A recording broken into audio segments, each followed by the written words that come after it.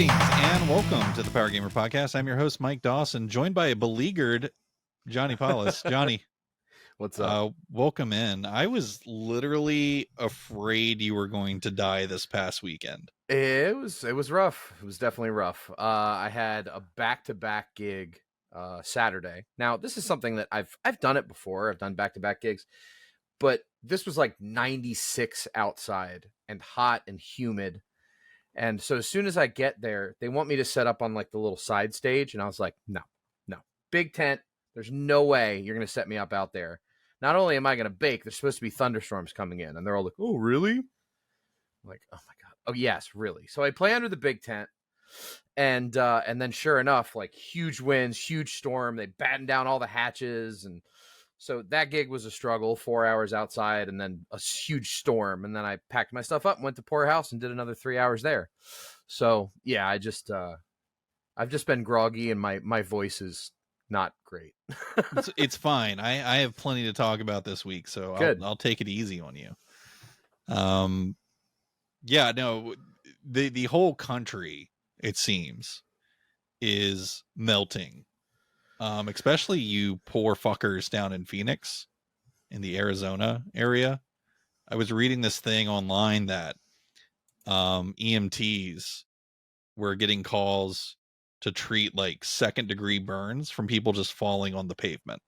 Oh my God. So like if you touch the pavement, you were literally cooking like you were in a skillet in Arizona. It's like 116 degrees. Oh my God.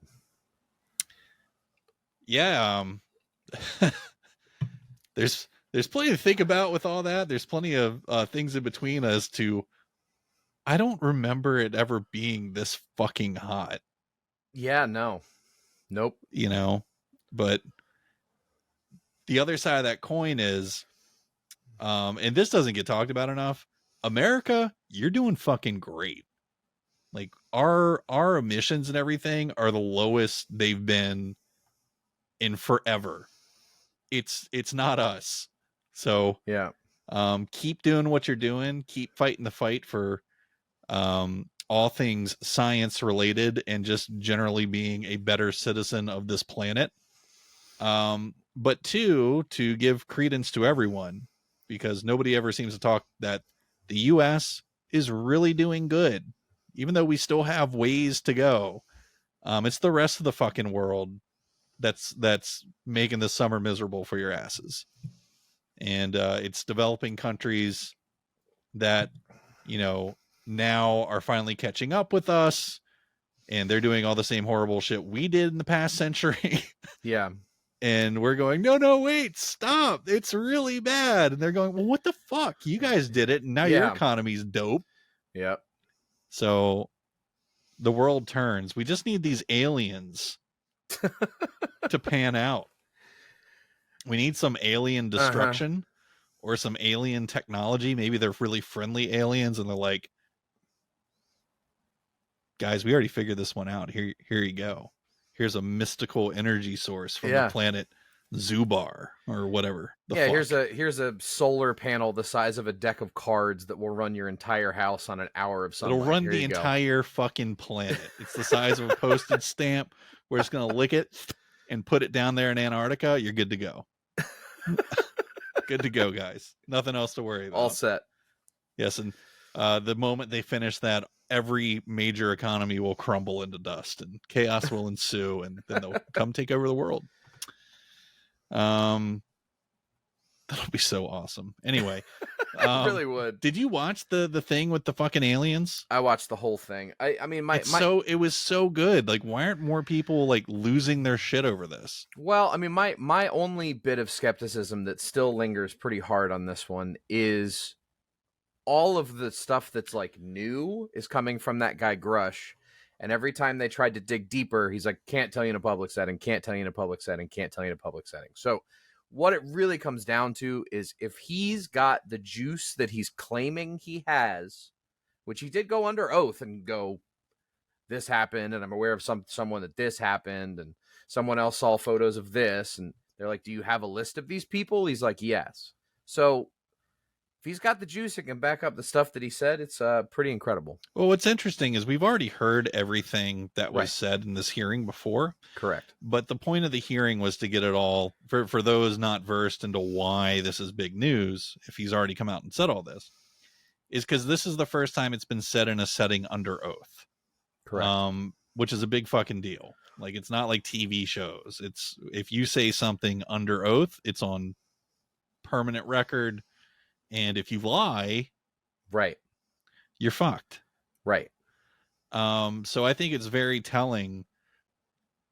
I mean, even if you just analyze the things that he said, that they did say, like the black cubes floating out over the water that are encompassed in the sphere, the spheres and shit, hitting like Mach 3 in an instant. Yeah.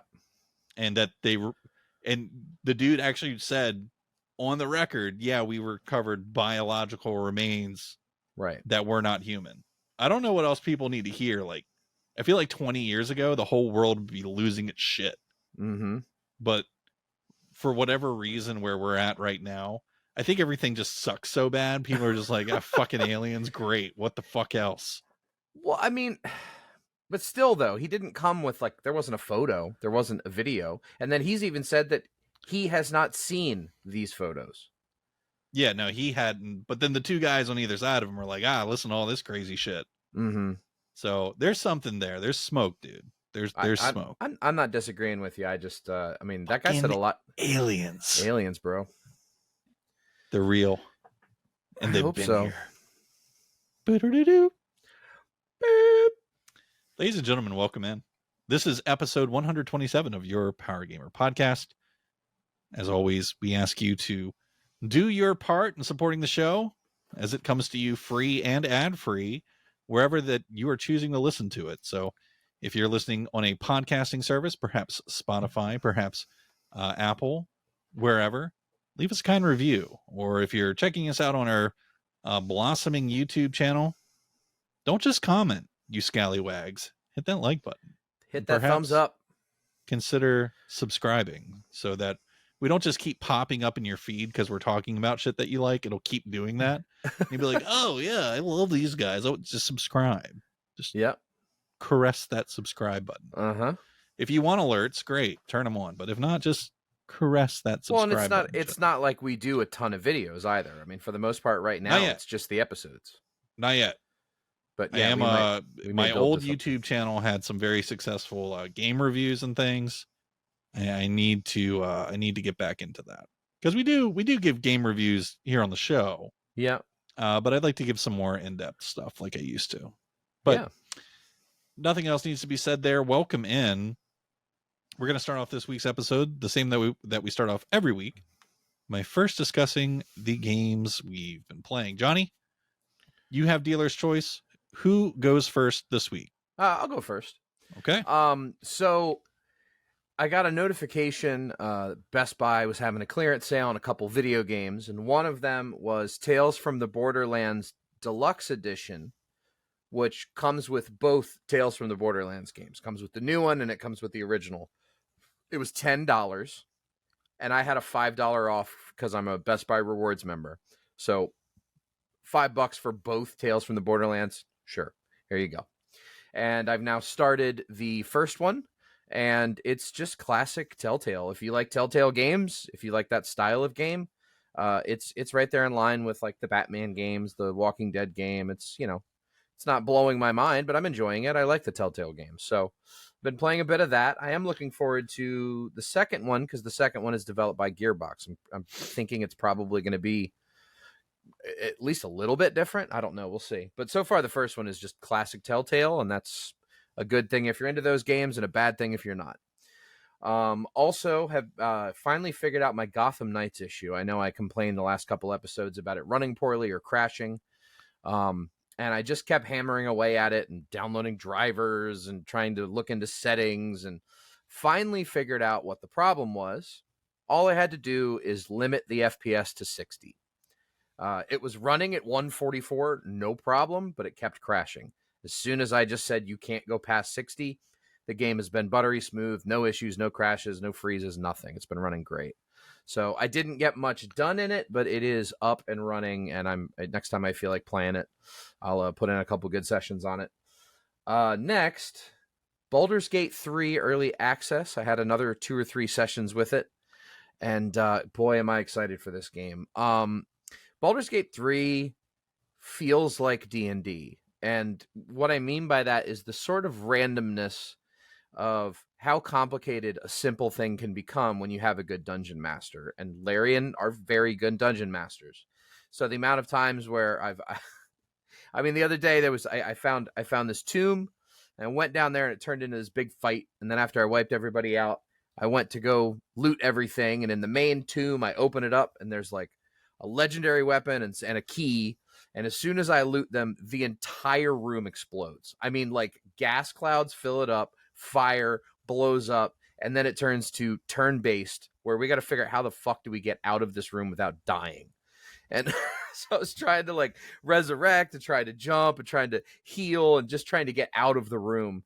And it's just the randomness of that game is what's going to make it so exciting. And I really, really am like counting the days literally till it's officially out. But so I'm done with early access now. I'm just going to wait the 4 days and play the full blown Baldur's Gate, but can't wait. And lastly, the game that has taken my attention almost entirely for the last 4 days, I got Curse of the Dead Gods as a part of, I think it was on my Humble Monthly subscription, if I remember right. I was just going through my past months to see games I hadn't redeemed, and boom, there's Curse of the Dead Gods. Looks cool. Let me install it. And it's a roguelike. There's one big downside, and the big downside of Curse of the Dead Gods is that there is no story. The story is literally starts out with a black screen. You see a tomb door open in the distance. You see a character walk into the tomb door and start walking toward the camera. Once he gets about 50 feet away, the tomb door closes behind him. He tries to turn around and get back to it in time and can't. That's literally the story of the game. So now I'm stuck in this tomb, and there are the 3 main, I don't know if it's Aztec Mayan, but it's that sort of style of gods and the ways that they're named and stuff like that. And there are 3 of them, and one will give you constitution, which is just health. Another will give you damage, how much damage you're dealing, and the third will increase your treasure finding. So you're going to get rare items, higher level pickups, stuff like that. There's a lot of things that makes this game a lot better than I was expecting. The combat is almost literally flawless. It is the parry system, the way that when you're going through these levels, these runs, every time you're building completely differently. So sometimes you might pick up a primary weapon that's a ranged, and then your secondary weapon is a whip that pulls them in, and then your third weapon is a big heavy mace, and you're trying to figure out, how does this work? Where's the synergy? But what's awesome is as you start leveling up, it starts giving you basically mulligans. So when you finish a level and it goes, here, do you want this weapon, or this weapon? You can hit Y, and it will refresh them with 3 more, so you can pick again. So once you figure out how to, I'm going to combo fire damage with, this thing increases damage when they're on fire. This item heals me if I kill something that's on fire. Okay, so I'm going a fire build this turn. And dude, there's so many boss fights. There's so many weapons. There's so many different ways to combo things. And for anyone that's afraid of playing a roguelike, there's also a really robust thing in the game called assist mode that will allow you to go in, and there's multiple difficulty sliders. You really can tweak the game. So I'm playing it completely stock, and it's tough, and it's made me curse, and I've thrown my controller once, but not anything more than that. It can be really frustrating when you get near all the way to the end of a roguelike run and die. But so far, this game's going to be like a high 8, I think. It's really, really, really good. I cannot believe how much I'm in love with this game. So question for you then. Yeah. Have you checked out Raven's Watch? I have not. Okay. Are you familiar with it? Maybe No. not. Okay, cool. So the people that make Curse of the Dead Gods, it's a little company called Pastech Games. They're under the Focus Entertainment, Nacon umbrellas. They kind of bounce around where they publish their games. So Raven's Watch is going to be published by Nacon. It's their new roguelike. It's in early access right now on Steam. I think it's like $20. Okay, and cool. it's like supposed to be the amped up version Awesome. of what you're enjoying. Is it the same developer? Yeah, it's still past tech. Awesome. So it even, I mean, visually it looks quite similar. But very much so. Yeah, I think you should add that to your wish list, or potentially jump on the early access bandwagon. Oh yeah. If you are enjoying Curse of the Dead God. So no, I'm sold. I just watched 30 seconds of a trailer and I'm like, yep, you got my money. Yeah. So Past Tech kind of got into those a couple years ago. They used to make some weird fucking trucker game. They're not a super old studio, but they sort of found their niche with the roguelike genre, if you will. So and yeah, Curse of the Dead Gods is pretty easy to find anywhere. I think it's a perfect Switch game. It's out on the Switch. It's, dude, strong recommend. Anybody that enjoys roguelikes, or, one of the things I love about having Hades, basically. Yeah, well, and that's one of my favorite games on my Switch is Hades. Like I played Hades all the way on PC, and then as soon as I saw it on the Switch store, I was like, I gotta have it on the Switch. And now when we're on vacation and stuff and I can't decide what I want to play, I can always fire up Hades and sit there and knock out another 30 minutes on that. Yeah, and Curse of the Dead, it did review really well. I mean, it's 3.9 out of 5 on GOG, 9 out of 10 on IGN. I think my preferred reviewer was a little harsh on it, Game Informer, but I digress. Check out Raven's Watch if you're looking for something new to sink your teeth into. No Jedi Survivor this week. Oh wait. I was confused. Jedi Survivor completed. I forgot that was this week. That was this week, yeah. You were nearing the end. I'm adding it to our list. Sorry, you're right. Last week, but I wasn't sure if you cleared that with wifey. I did. I cleared it before. So the wife and kids hopped in the car and went to Tennessee to go visit her brother. So I am kid and wife free right now. But before she left, I did roll credits on Jedi Survivor.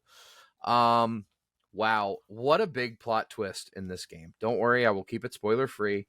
But there is there's a big flip that I did not see coming, and they just keep turning that knob past that point.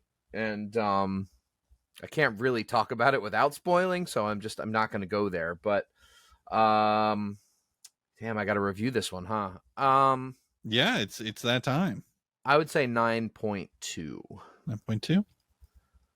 Have you learned how to say the title correctly yet? That's the biggest thing. That's the biggest test with Star Wars Jedi Survivor, because it always throws people for a loop. It threw me for a loop so many times when I've had to type this out, like in my show notes and things. Yeah, that it's Star Wars Jedi : Survivor.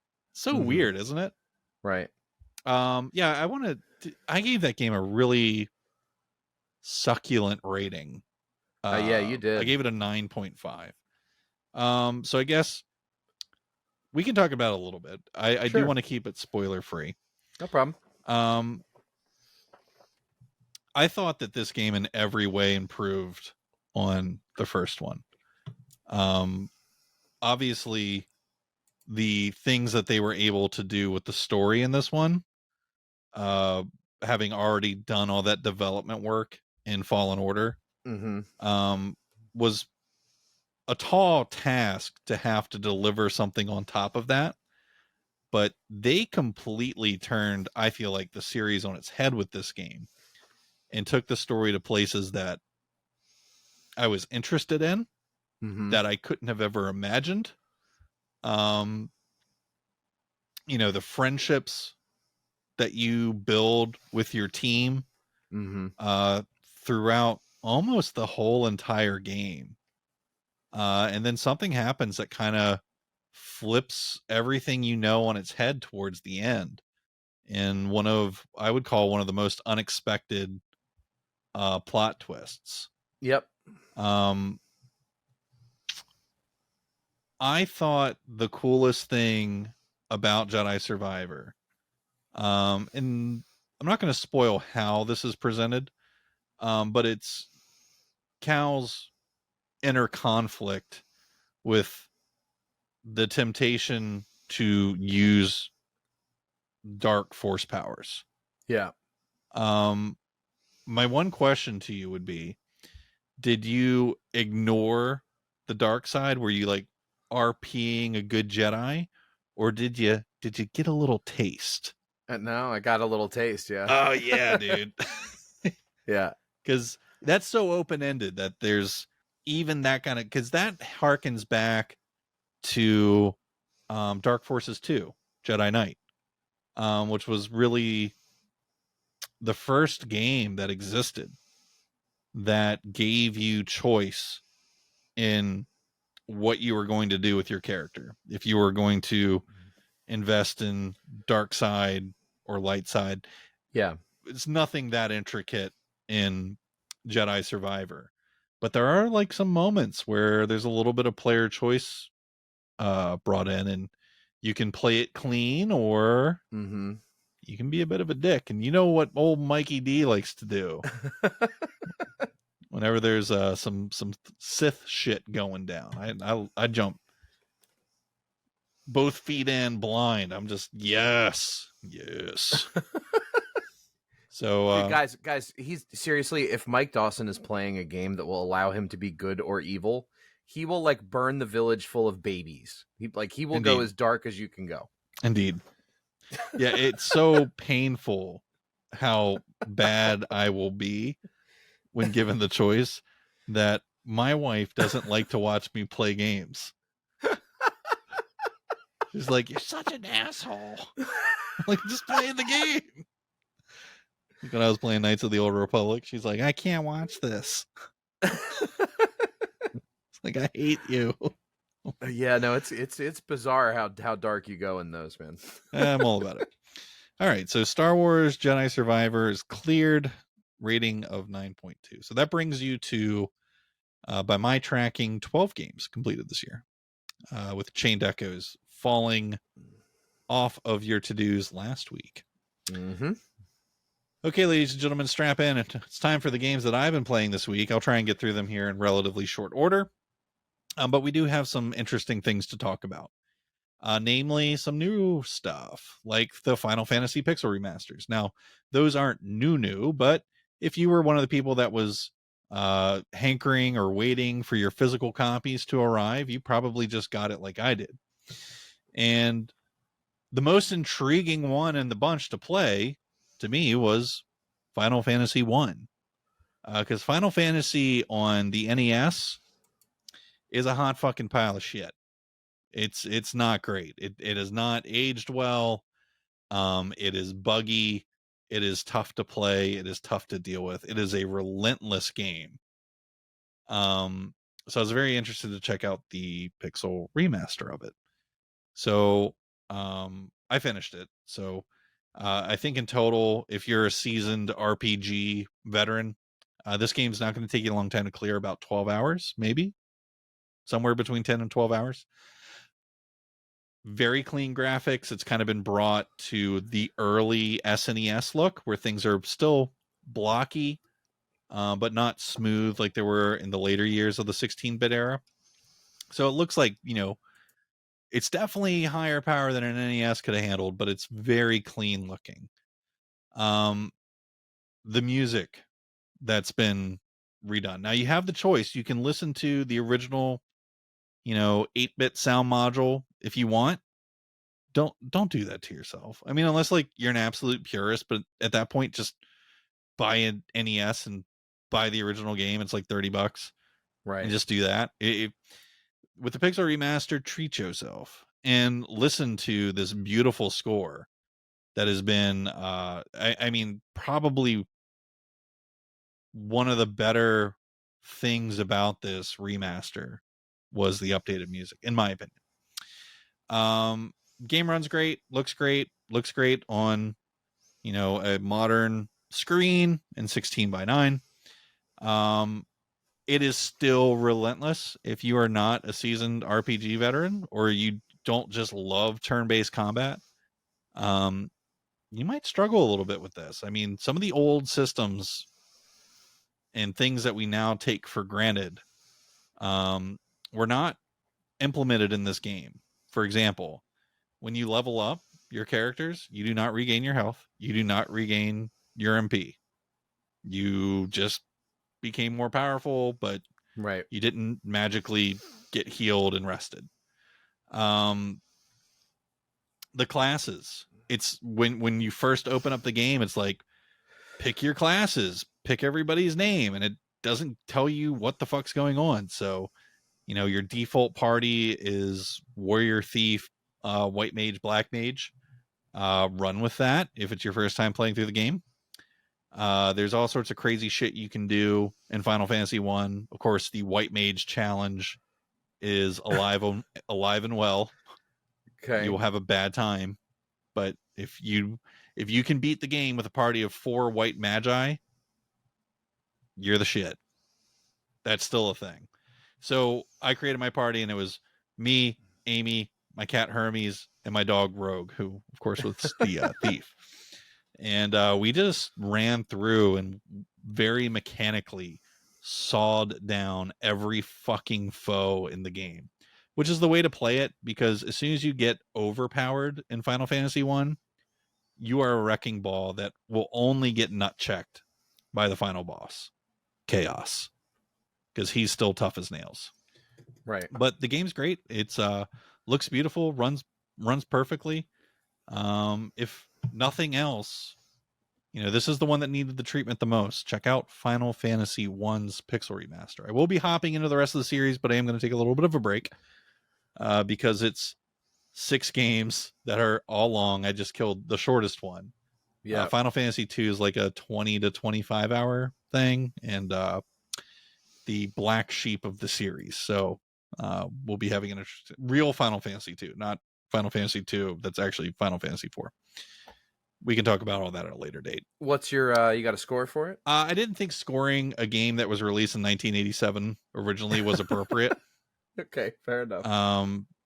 Day and time kind of thing. So it's a legendary game. It started the most perennial RPG franchise of all time. You don't need a score. It's old. It feels old. It's nostalgia that you're going after, not necessarily anything else. Next up, Kirby's Return to Dreamland. I stuck a fork in that game. I've got some serious things to talk about with Kirby's Return to Dreamland, especially to you, Johnny. Yeah. As a parental advisory. Okay. Kirby's Return to Dreamland, at its roots, is a decent Kirby game. If you're familiar with the core, we'll call them core Kirby games.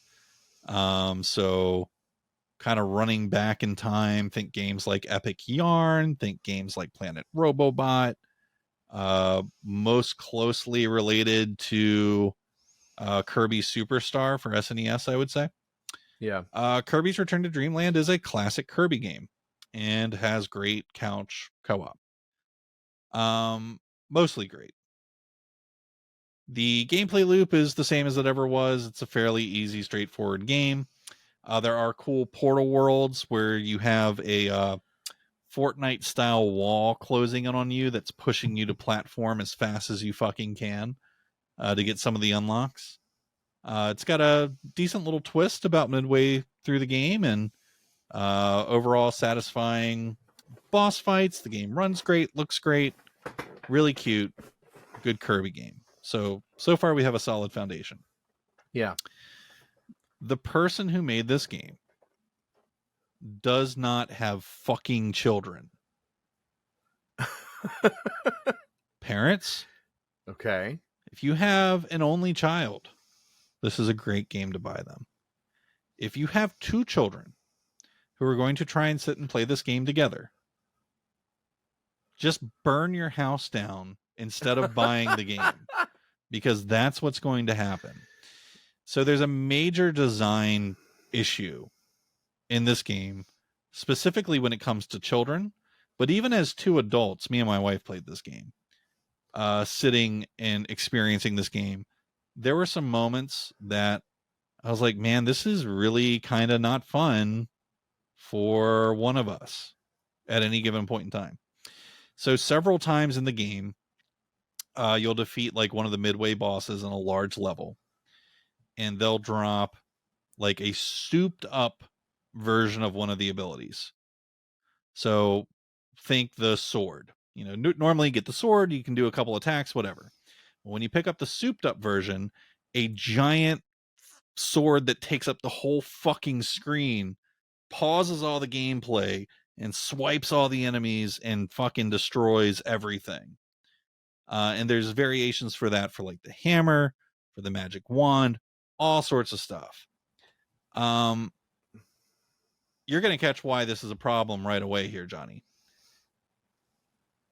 Because only one person gets it, and because it completely pauses the game while one person is fucking wrecking everything, and the other person's just sitting there watching, going, "Man, that sure does look fun."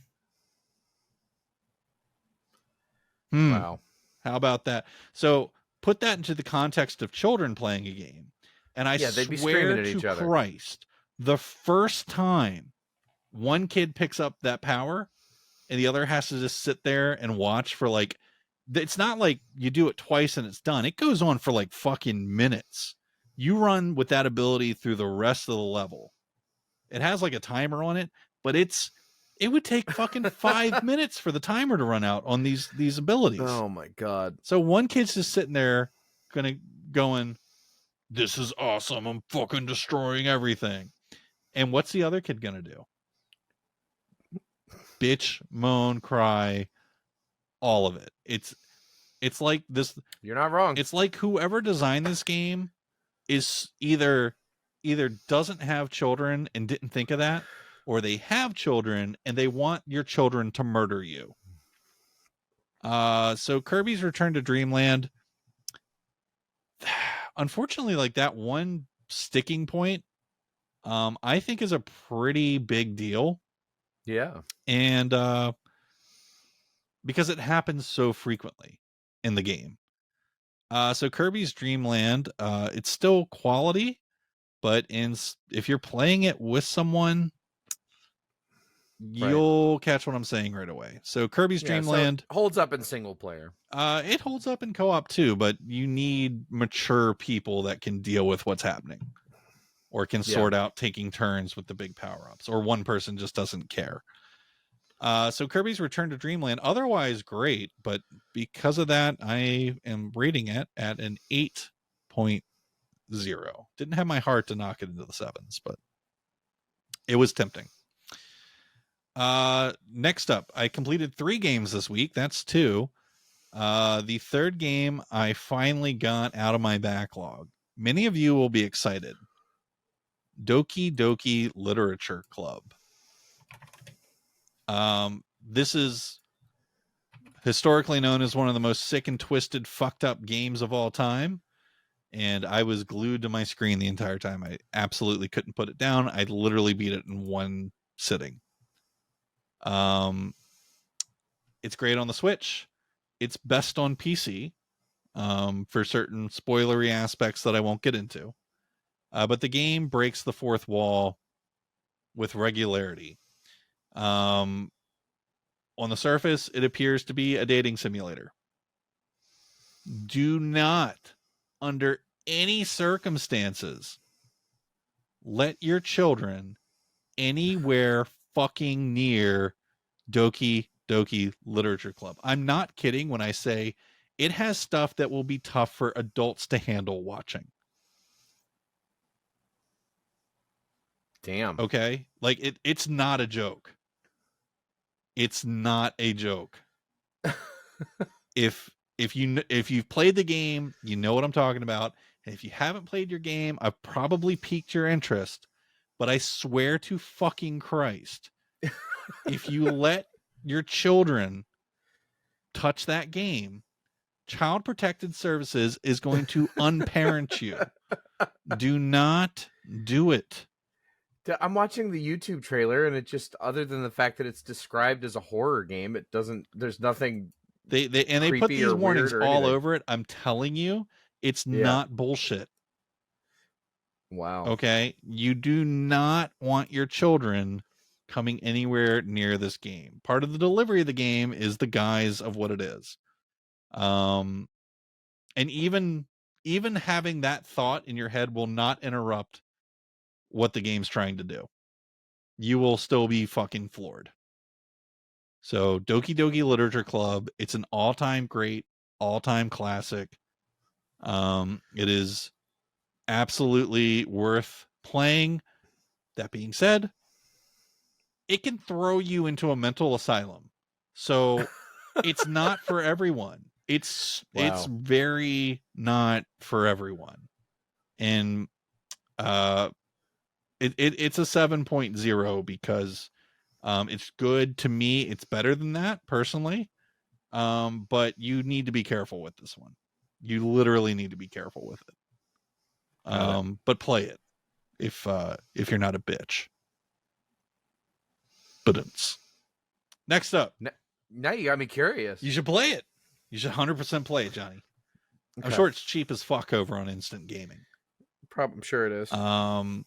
Next up, Evil West. I'm still working on. I got 3 chapters left in Evil West. Man, that game is a broken pile of shit. It really is. We haven't hit on this.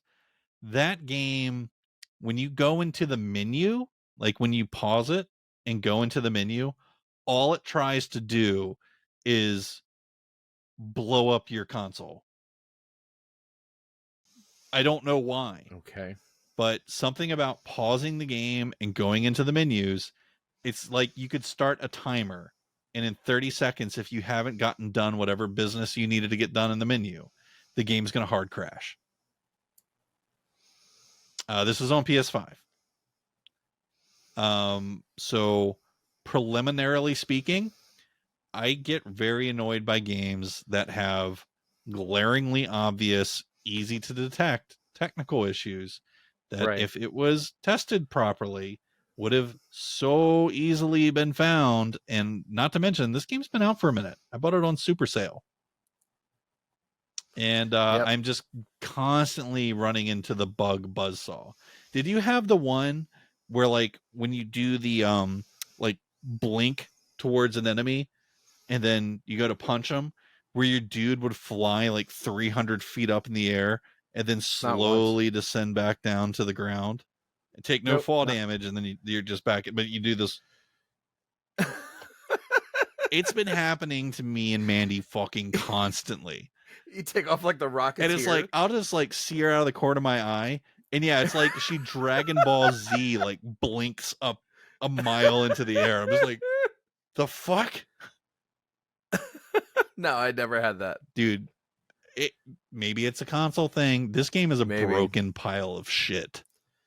I didn't have any problem. We have 3 chapters left, but preview for my review, I am going to tell people to not touch this game. I'm going to tell them to stay the fuck away from this game. I'm going to remind them that I had less issues in Redfall. Ouch. I'm going to finish it. We're so close. We're so very close. I cannot finish this game after being punished by its beleaguering story, just general mehness. Only to be met with one after another, there's like complete game wrecking bugs. So, Evil West, you're a pile of shit, but I'm going to beat you. And then you're not going to like your review score. Next up, actually last this week, Disney Illusion Island. Yes, the game that I preached I would buy day 1. Guess what? I didn't. I bought it day 2. But that being said, I did get it, and I have been playing it as me and Amy finished Kirby's Return to Dreamland. We were chomping at the bit to get into something else. Disney Illusion Island is him. It is so much better than I was expecting, and I was hooked the moment I saw the first trailer for Disney Illusion Island. Now, many of you are sitting there probably scratching your heads going, wait, he's talking about a game with fucking Mickey, Minnie, Donald Duck, and Goofy? Yes, I am. Disney Illusion Island is the symphony of the fucking night of Disney games. It's an amazing Metroidvania that is all crazy platforming and no combat. Zero. And it's so fun. Like, everything this game is doing works perfectly. And there's nothing I like better than a Metroidvania with a big Metroidvania map, lots of save points. There's little mailboxes just everywhere, and anytime you run past one, it auto saves your game. So like, it doesn't have save punishment like Castlevania or Metroid do. Right. Yeah. You're always saving. It's 4-player couch, up to 4-player couch co-op only. There is no online co-op to this game. It is a Switch exclusive. But if you have someone in your house, or if you have somebody to hang out with to sit and play this game, people can seamlessly grab a controller and jump into whatever you're doing, and just whatever. And the way the camera handles the screen with how far back it'll pull is so great. I can't tell you how annoyed I was with Kirby, because Kirby's like screen is very short, and you're constantly just getting dragged. Exactly. There's in this game, if somebody goes far past the other, it turns them into a little letter and they fly back, and then you just slap the letter and they pop back up. But it's got other cool stuff too. Like, maybe you made a jump and your buddy didn't. You can throw down a rope and they can grab on your rope and come up, versus having to do the jumping puzzle thing again. That's really cool. So there's lots of cool elements to this game. The movement is just perfect. It's really good. It's really well done. It was handled with a ton of care. And it's a little bit of a sleeper, I'm not gonna lie. So and here's the best part. For all you out there bitching about games being $70-$80, yeah, this one $39. Go buy Disney Illusion Island. I really am pleased that I was not wrong to be excited for this game. Go pick it up right now if you're into platforming at all, or if you like Metroid, if you like Castlevania, if you like Mario, if you like this game is for so many people. It's perfect. And it would be a great way, like, if anyone's ever felt intimidated by games like Blasphemous, Metroid, Castlevania, whatever, well, of course they're going to feel intimidated. Those games are tough as fucking nails. This is a great way to introduce somebody to the gameplay loop of a Metroidvania without it being a punishing, like, dick stomp fest. So check this game out. I can't recommend it highly enough. This is one of the better platformers that I've played. I love how it handles boss fights. I like that there's no combat in the game, because combat's predictable, and it's just more interesting that that's not a thing in this.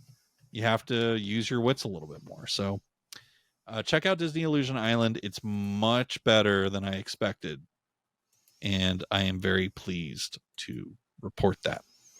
That's awesome. That sounds great. That's the one to get. Like, if you're like, do I get the kids Kirby or do I get the kids Disney Illusion Island? Fuck Kirby. Get Disney Illusion Island. Like, totally get that. Cool. Much better. And it sounds great. And it encourages teamwork versus forcing you in situations of non-teamwork. So you get further by working together.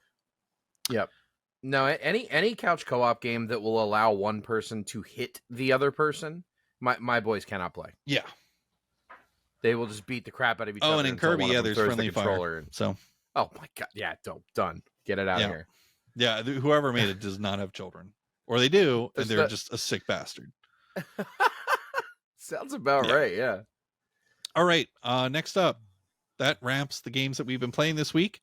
It is the very last day of July, so as tradition dictates, we're going to spend the majority of this episode talking about what's coming out in August. That's right. It's time for our August releases. We had a little bit of a lull month this past month with in terms of new game releases that allowed me to get so much done. I have beat so many games over the past month.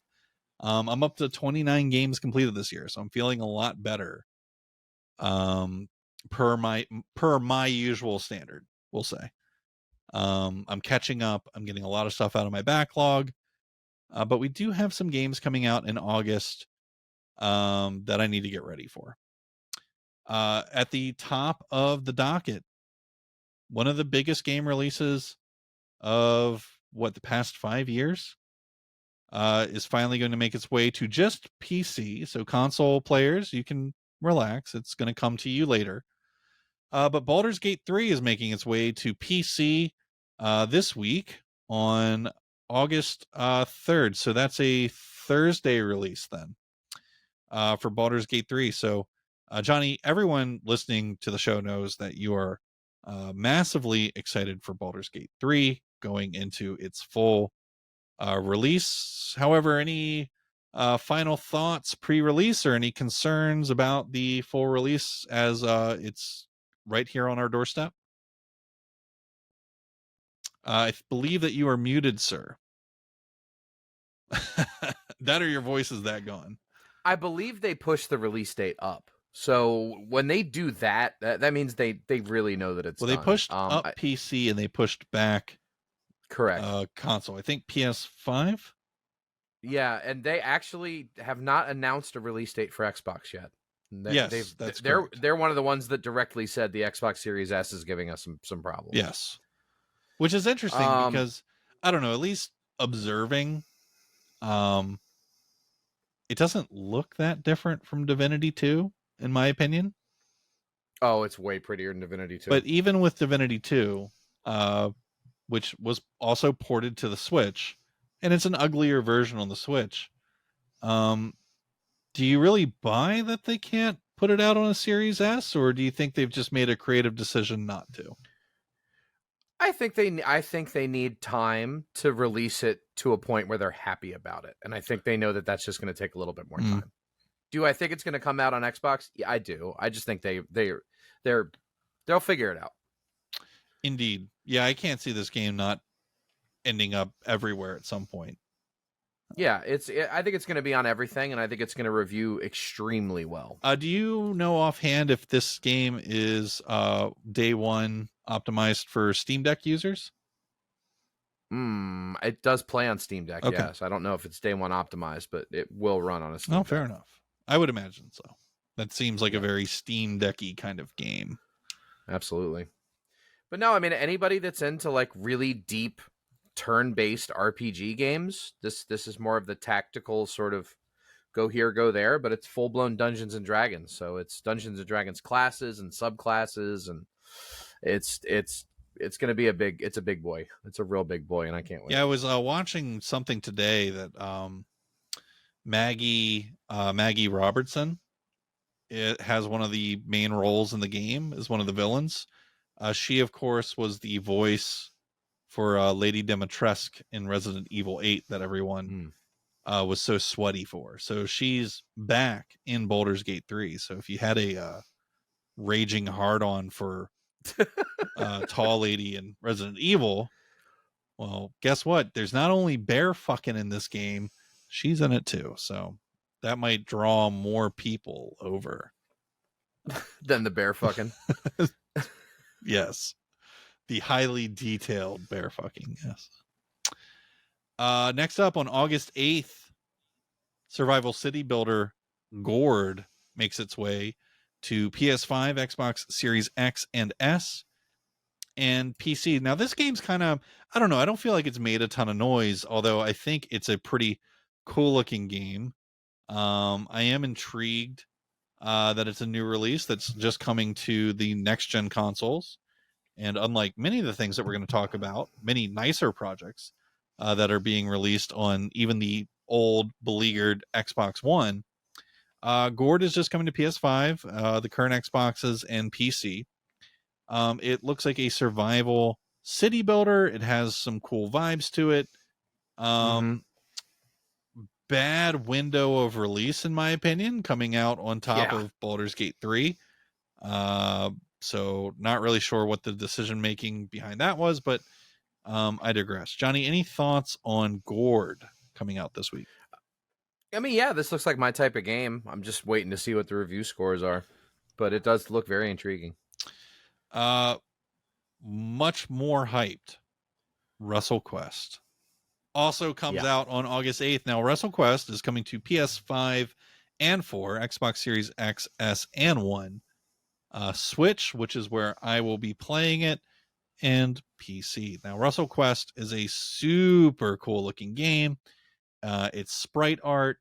It's hilarious looking. It's very tongue in cheek. It is like 90s style wrestlers in an RPG. What more could you want from a silly video game? I don't know. But WrestleQuest looks like it. So, Johnny, any thoughts on WrestleQuest? The moment I saw the trailer, this reminded me of Super Dodgeball, which is one of my favorite NES titles on the planet Earth. Super Dodgeball is so much fun because it starts out regular sort of dodgeball-y, and it eventually reaches a point where you're like Hadoukening the dodgeball so hard that it turns oblong. Like, that's the kind of speed you're getting on the ball.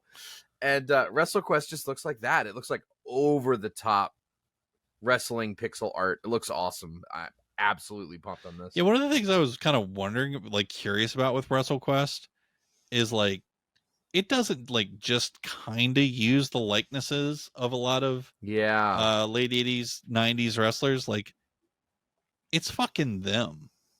And like, to clarify, in the game, it is them. Like, that's not just some dude that looks like Macho Man Randy Savage. They somehow worked out having Macho Man Randy Savage.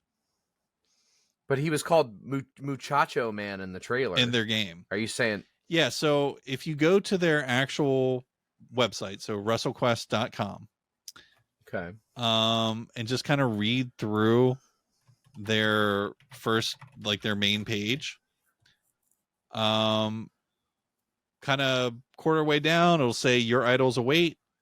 So, and then it says draw inspiration from wrestling icons like Macho Man Randy Savage, Jake the Snake Roberts, and even Andre the Giant. Yeah. So interesting. I think that they're doing like more than just likeness. Like, they've got license to use those actual former WWF characters in this game. So I'm super intrigued by it. It looks very fun. I love the 16-bit pixel art art style in it. It just this game is screaming to me, and I can't wait to play. Yeah, it looks awesome. It looks awesome. And it's coming out on the Switch, which I've just been living on the Nintendo Switch lately, so that's perfect. Here comes a big one, especially I'd say for console players, maybe some PC players, maybe if you're like hardcore into the FPS-ish genre. Atlas Fallen is going to make its way to the PS5, the Xbox Series X and S, and PC on August 10th. Now, we've seen a lot of this game over the past year, particularly shown at all the different digital what have yous. It is, of course, also coming out from a very well-known game publisher. Then we talked about this, I think, when the game was revealed in more detail, but it's Deck 13. This is a game. It's another studio that's parented under Focus Entertainment. They made the Surge series, so the Surge and the Surge 2. They did the original Lords of the Fallen game. They're not involved in the reboot in any way. So long-standing studio. I mean, they go back to like the early 2000s. So this is I would call it their most AAA looking game in their history. Would you agree with that? Yeah, I agree. So Atlas Fallen is there seems to be so many of these like magic based games. Like, that's kind of like the new trend right now, maybe like Forspoken. Yeah, exactly. So Atlas Fallen is the third person one that takes place in the desert. You know, it looks kind of Dune like a little bit. Right. Yep. But it looks cool. It looks interesting. Like, it looks like it has a fair amount of polish on it. Everything I've seen from it, like, nothing gets me hyped like to the level like of Horizon or anything like that. But Yeah. you know, I look at it and I have to ponder to myself, I'm like, is this going to be the next thing? Or, you know, it's either the spread on this game, I think, is incredibly wide. You know, that this could either be like the next big thing, or it could be a total flop. I don't really have a gauge for what we're working with here. Same. But that being said, Johnny, are you interested in playing it, or is this a wait and see for you? This is total wait and see. I want to see the reviews. I mean, I get real iffy when I see like co-op and games as a servicey kind of stuff, and I'm starting to get a little bit of that stink on the latest like gameplay trailer. But I mean, the combat looks fun. The monsters look cool. The graphics are great. I mean, you're right. This game could be an absolute banger. Yeah, I'm almost tempted to just buy it and see what happens with it, you know, versus waiting for reviews and things, because I see a lot of nice polish when I look at shit with this game. So I don't know.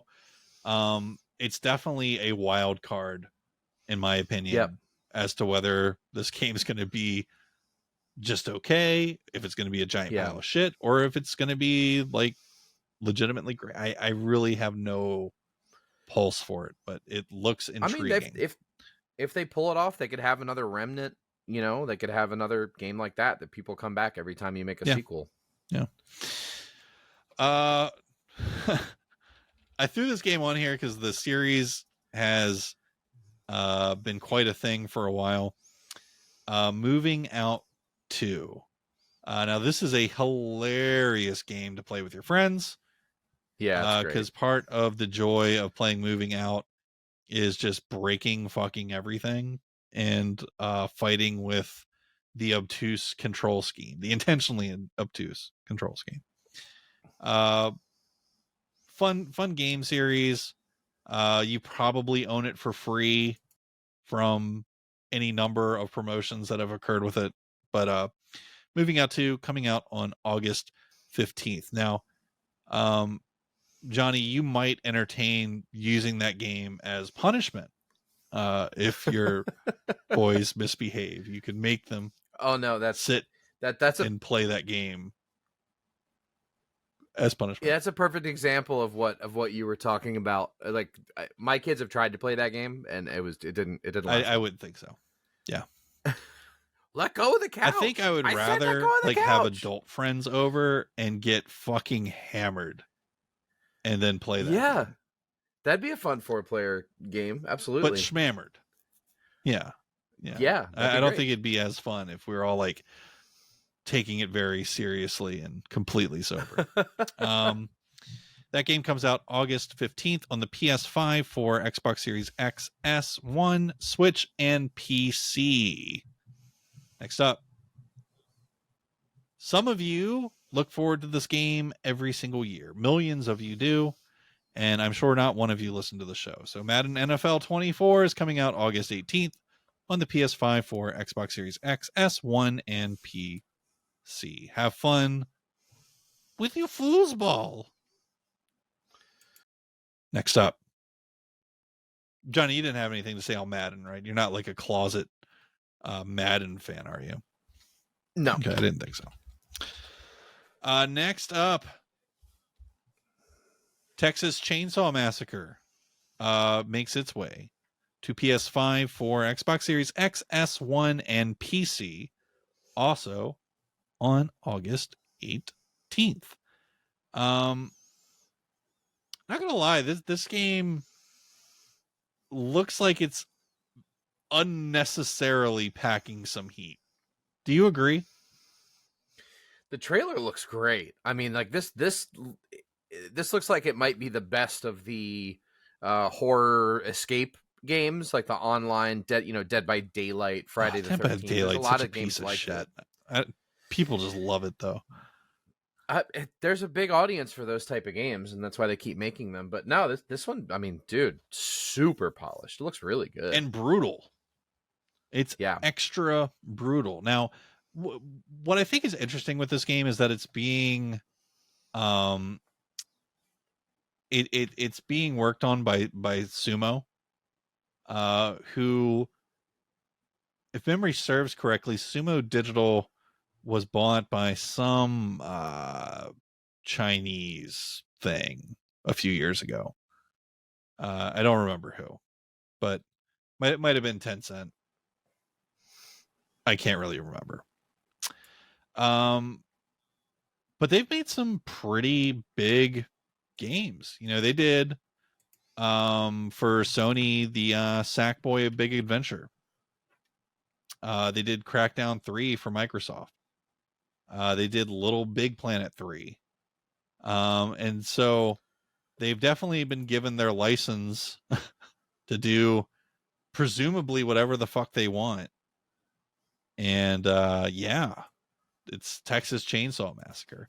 Sumo's a really talented studio. You know, they've done a lot of original games. They've done a lot of ports.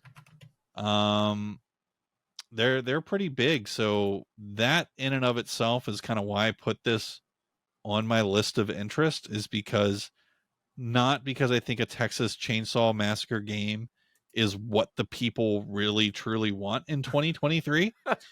But it's more intriguing because of who's making it.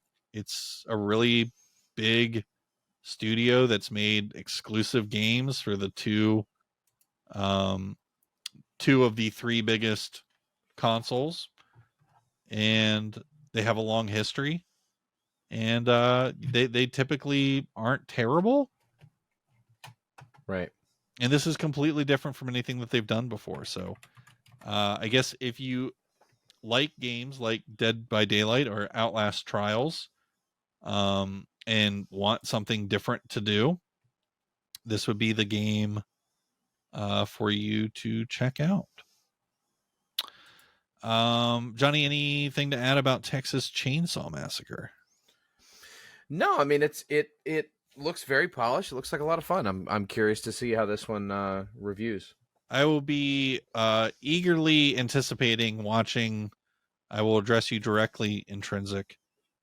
I will be eagerly awaiting to watch you play this, because that is totally your type of shit right there. Next up, this game has gotten quite a bit of buzz.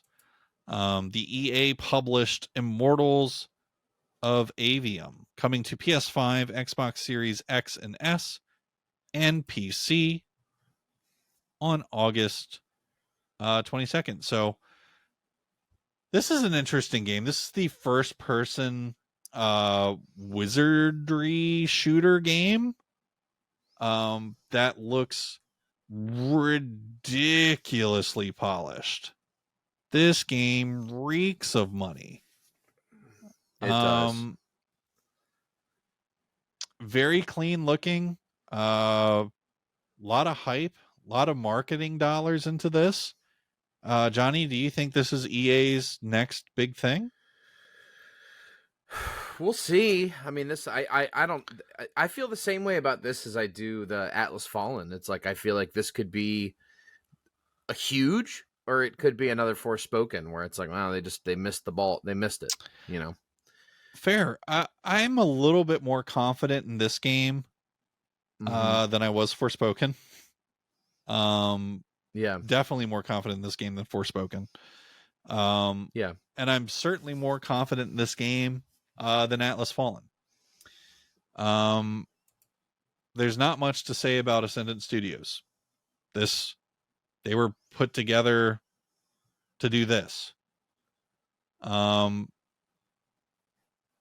EA's been on a good streak lately, you know, and I like that I'm seeing new IP from a major publishing house, and that it's being supported and that it has dollars behind it. That gives me a lot of confidence. Ascendant Studios is, of course, a new name. Many of you may be wondering, who the fuck are they? The studio is headed by Brett Robbins. He was the former creative director for Sledgehammer Games, which is a much better known gaming developer, especially in the first person space. So if that doesn't bring some hopefully positive feels to what they have going on here, I don't know what else would. So you're having former Sledgehammer people making a AAA title for one of the biggest publishers in the video game space. It's a brand new IP. They're spending tons of money on the marketing for this. I think this game needs to do well, and it needs to be good. Yeah. Okay. The game's been in development for a while. We first saw it in 2022 at the Game Awards. And it's coming out this month, and it's not a super crowded month in terms of game releases. There are some other big game releases coming out, but in terms of in the first person space, they've picked a good time to release the game. Yep, agreed. There's a lot of hype behind it. It's a new IP, which, you know, I gotta say, I gotta remind people, when new IP comes out, try and have an open mind and support it, because we need new things, not only to come out, but we need them to fucking work. Yeah. Otherwise, you're going to keep getting the same shit over and over and over again. We got the Uncharted series because there was an Uncharted 1. We got the Horizon series because there was Horizon Zero Dawn. You need new IP to work. And I'm very impressed from everything I've seen from this game so far. I don't have any reason to believe that it's going to be less than good. So we'll see. I am kind of curious to check it out almost immediately. So I'm putting a big star next to that one mentally. You know, don't sleep on it. Put it on your wish list. Pay attention to it. I think Immortals of Aveum. I hope Immortals of Aveum is more successful than sort of the blasé response most people seem to have when it comes up, because I just think we're so unprogrammed to digest new IP right now. Yeah, and it looks like a hell of a lot of fun. Everything I've seen of it looks nice, awesome. So, agreed. Blasphemous 2. I know you're all over this one. Blasphemous 2 is coming out on PS5, Xbox Series X and S, Switch, and PC on August 24th. I mean, the first Blasphemous game was great. I don't know if you've paid attention to what the game devs have been showing us from behind the curtain on Blasphemous 2, but this sounds like it's probably going to be one of the greatest Metroidvanias ever released. Awesome. Ever. They cleaned up the game. They're giving us multiple weapons to play with, much more intelligible progression, a lot more stuff you can do. The first game was great. I almost admired it for its simplicity. But it did kind of always feel like, well, what made Castlevania Symphony of the Night cool? What made Metroid cool? These huge arsenals that you had to pick from. And, you know, the first Blasphemous game didn't have that. It had a great story. It had the coolest fucking atmosphere. It had super tight combat mechanics and dodging and really, really fun game. Great starting point. This game's going to be fucking nuts. So I'm super excited for Blasphemous 2. I know that game series is not everybody's cup of tea, and a lot of people are just going to be straight up turned off by the difficulty of them. I totally get it. That's fine. It might, if you're not into 2D games like that, stay the fuck away. Right. And check out Disney Illusion Island instead. But Blasphemous 2, I can't wait for. I really think this game is it. Sounds awesome. Indeed. I know you probably don't have much to say on it because that's more my thing, I think. I still got to play the first one. Yeah, it's cheap. I think you own it too, don't you? Well, no, yeah. I own it. I just haven't. For many of you, this next game could be the biggest game of the year for you. Not everyone's into Zelda. I get it. But a lot of people are into From Software, especially after the success of Elden Ring. And I think they made a really smart decision to take the hype around their company and bring the attention back to Armored Core. Armored Core 6, Fires of Rubicon, comes out on PS5, 4, Xbox Series X, S1, and PC. I got really good at saying that. On August 25th. I don't think there's anything to say here. Like the Armored Core series, It looks incredible. dates back to the PS1. It's always been what it is. It's a hardcore mech combat series. It turned off a lot of people in the past because of how fucking crazy difficult they are. I think a lot of people are going to buy this game and be shocked at what it actually is, versus what they're seeing in the trailer. You know, it's a From Software game, guys. Okay. Mm-hmm. Now, Armored Core is nothing like Dark Souls. It's nothing like it. Okay. It doesn't do anything Dark Souls does. Armored Core is way the fuck older than all that.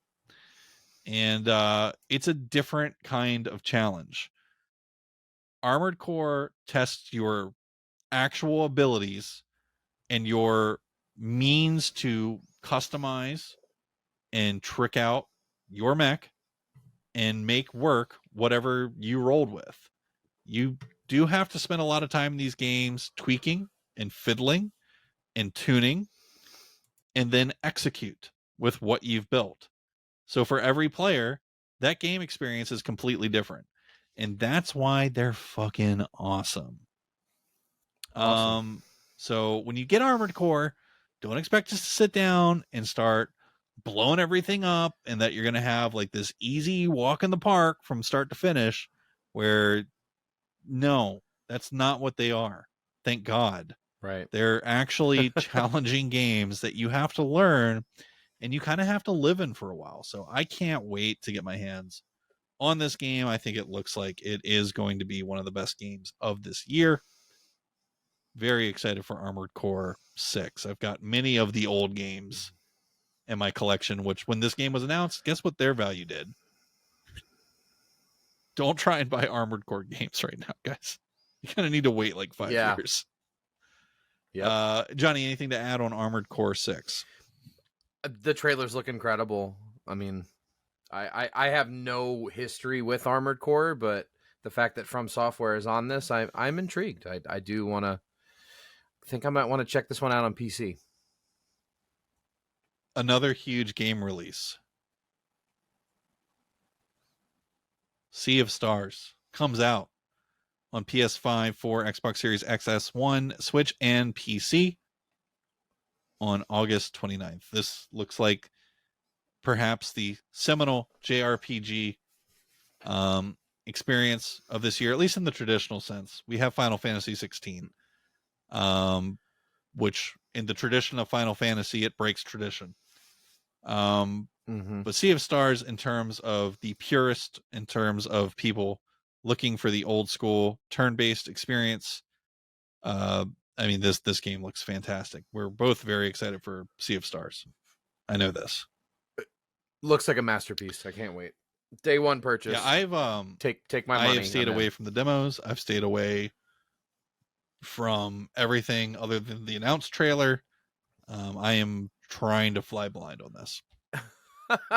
I installed the demo, played it for 5 minutes, and went, "This looks just as good as I thought it was going to be." That's all I needed, and I didn't No, nothing was spoiled, nothing like that. I just wanted to see it in action, and I beat stunning. Live Alive, so I'll definitely be beating this. Yeah, you'll be fine. Finally, and I give this game a mention because of the legacy of the game series. They're fun games. Mm-hmm. They're They are. not my main thing, but they're very fun. They're very cool, and I love that they're still doing them. So Trine 5 comes out, a Clockwork Conspiracy, on PS4, 5, Xbox Series X, S1, Switch, and PC on August 31st. Johnny, any thoughts on Trine 5? I think I own 3, maybe 4 of them. These are Steam sale $5. Yeah, let me get the next one. They're always fun. They're always good. If you're looking for a good couch co-op game to play with somebody that's intelligent, Trine would be great. I'm curious. I'm going to put you on the spot real quick before we get into our final segment of this week. I want you to repeat after me, okay? And I don't want you to think. I just want you to go. If you stumble and die, that's okay. You're not actually going to die. All right. Repeat after me. PS5, 4, Xbox Series X, S1, Switch, PC. I'd have to read it. PS5, 4, Xbox Series X, S1, Switch, PC. It's so ridiculous. Stop releasing stuff for the PS4 and Xbox One. Stop it. I mean, they're still making money. Just stop. You could anything you can release on those consoles, you can put on a fucking phone. Put it out on Android. Jesus Christ. Johnny, it's time for the final segment of the week. That segment is, of course, called One Up. Let's start with you, sir. Transformers Rise of the Beasts is an abomination that should be avoided at all costs. Do not look at the semi-positive Rotten Tomatoes score. Do not come in there with the hopium of, hey, Bumblebee was actually pretty good. I bet the sequel will be good too. This movie was terrible. Terrible. Mike was over here. We were all pumped to watch it. We fired it up. And when the movie was ending, he goes, all right, question for both of you. What's the main character's name? And none of us knew. And that's not a great sign. That you get to the end of the movie and it's just like, I don't know. I don't know what his name is. It's just so forgettable and unfortunate. And it was really bad CGI and the story was a mess. And it really didn't have any redeeming qualities at all. And Optimus Prime was like an asshole for 3/4 of the movie for reasons unknown. He was an asshole the entire movie. He was just a dick. Like, why is Optimus Prime being a dick to everybody? He had like weird anger management problems. Yeah, for real. No, I hard like recommending against watching this movie. Drunk Dadamus Prime. It was. Don't watch it. It was terrible. I hated it. I thought the primals were cool. Like that opening fight scene. That was kind of cool. God damn. Maybe it'll be good. And then the rest of the movie happened. I love Unicron. All right. But if Unicron comes on the screen, there's only one piece of music I want to hear whenever Unicron comes on. And it's the old Unicron theme from the original Transformers movie. There's nothing better than that. And instead it was some rap song, I believe. Yeah. They had the Unicron rap. Well, the thing is, like, so most of the soundtrack for most of the movie was all 90s hip hop. For the first hour, it was 90s hip hop. And then it was like wannabe Black Eyed Peas hip hop. Yeah, exactly. Yeah, the last bit when it was started playing the more modern stuff, it was like I was half expecting somebody in a crop top to come out and start singing "Let's Get It Started." You know, it was pretty bad. Not good. And I'm a huge Transformers fan. Me too. As a huge Transformers fan, I say still watch it. It's watchable, but it's not good. No. Johnny, limited run games. We need to talk real quick. I bought something from limited run games. And it's fine. I know I'm not going to see it for like a fucking year, because it's how these guys work. You know, I know that already. The Castlevania Advance Collection was just released, or available for pre-order, we should say, because it will be a fucking year. I actually have, today is July 31st. I have a game that I paid for on July 22nd. I'm still waiting for, of last year. That's bad. Everything else has been delivered, but yeah, been a while. I'm waiting for my PS5 copy of Night Trap. Oh my God, why? Dude, physical copy of Night Trap on PS5. Oh my I can't God. wait to torture my friends with that when they come over. But I've waited over a year. I digress. Limited Run, of course, gained infamy this past year when they really just did some boneheaded shit with one of their employees, firing them because of the accusations of some deranged person on Twitter. We'll leave it at that. If you're not more familiar with what I'm talking about, you can go back and find the episode in our back catalog and listen all about it. Not trying to rehash any of that shit. Yeah. That being said, that all goes down. Then Castlevania Advance Collection comes out. Now, it's been easy for those that felt icky about supporting Limited Run to not support them, because they really haven't had much come their way of late. But I think that the Castlevania Advance Collection is going to potentially change that a little bit, because this is, you know, a fairly current release. The Advance Collection just came out in the last year. It's Castlevania, which is super collectible. So I'm just kind of looking for people's pulse on this. Where do you stand? Are you going to, do you even give a shit about the morality of Limited Run? Or are you somewhere in between where you care, but you're not going to punish yourself by not buying this thing that you want? Or, you know, where do people fall on this? So for me personally, I do care how they handled themselves. But in the same breath, what's done is done. You know, that shit's over. Ultimately, the person who was fired has benefited from that. They went from being literally nobody, you know, just like anybody else, to being, you know, a small figurehead on the internet. Right. With job opportunities thrown their way. So, you know, I don't think that person, things haven't worked out for them. Right. They landed on their feet for sure. And so it's all over and done with. You know, when Johnny, if ever, I'm hitting you with a tough question on the way out, I'm sorry, but when do people, if ever, move on from boycott activities as it relates to gaming?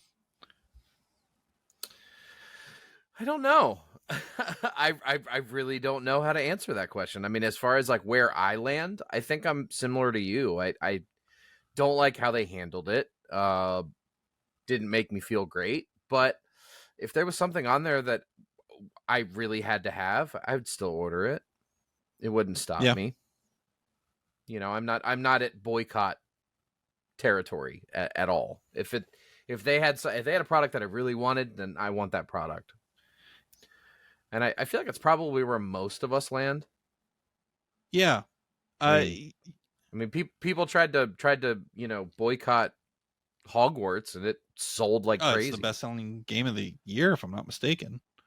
I mean, Zelda might have something to say about that when all said and done, but yeah, Right. Hogwarts has just been unstoppable. Mm-hmm.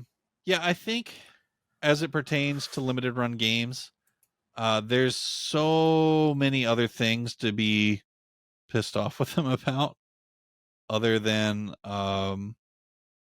that, and even like just reminiscing about that whole situation. I think that what limited run games did was in bad taste. Yeah.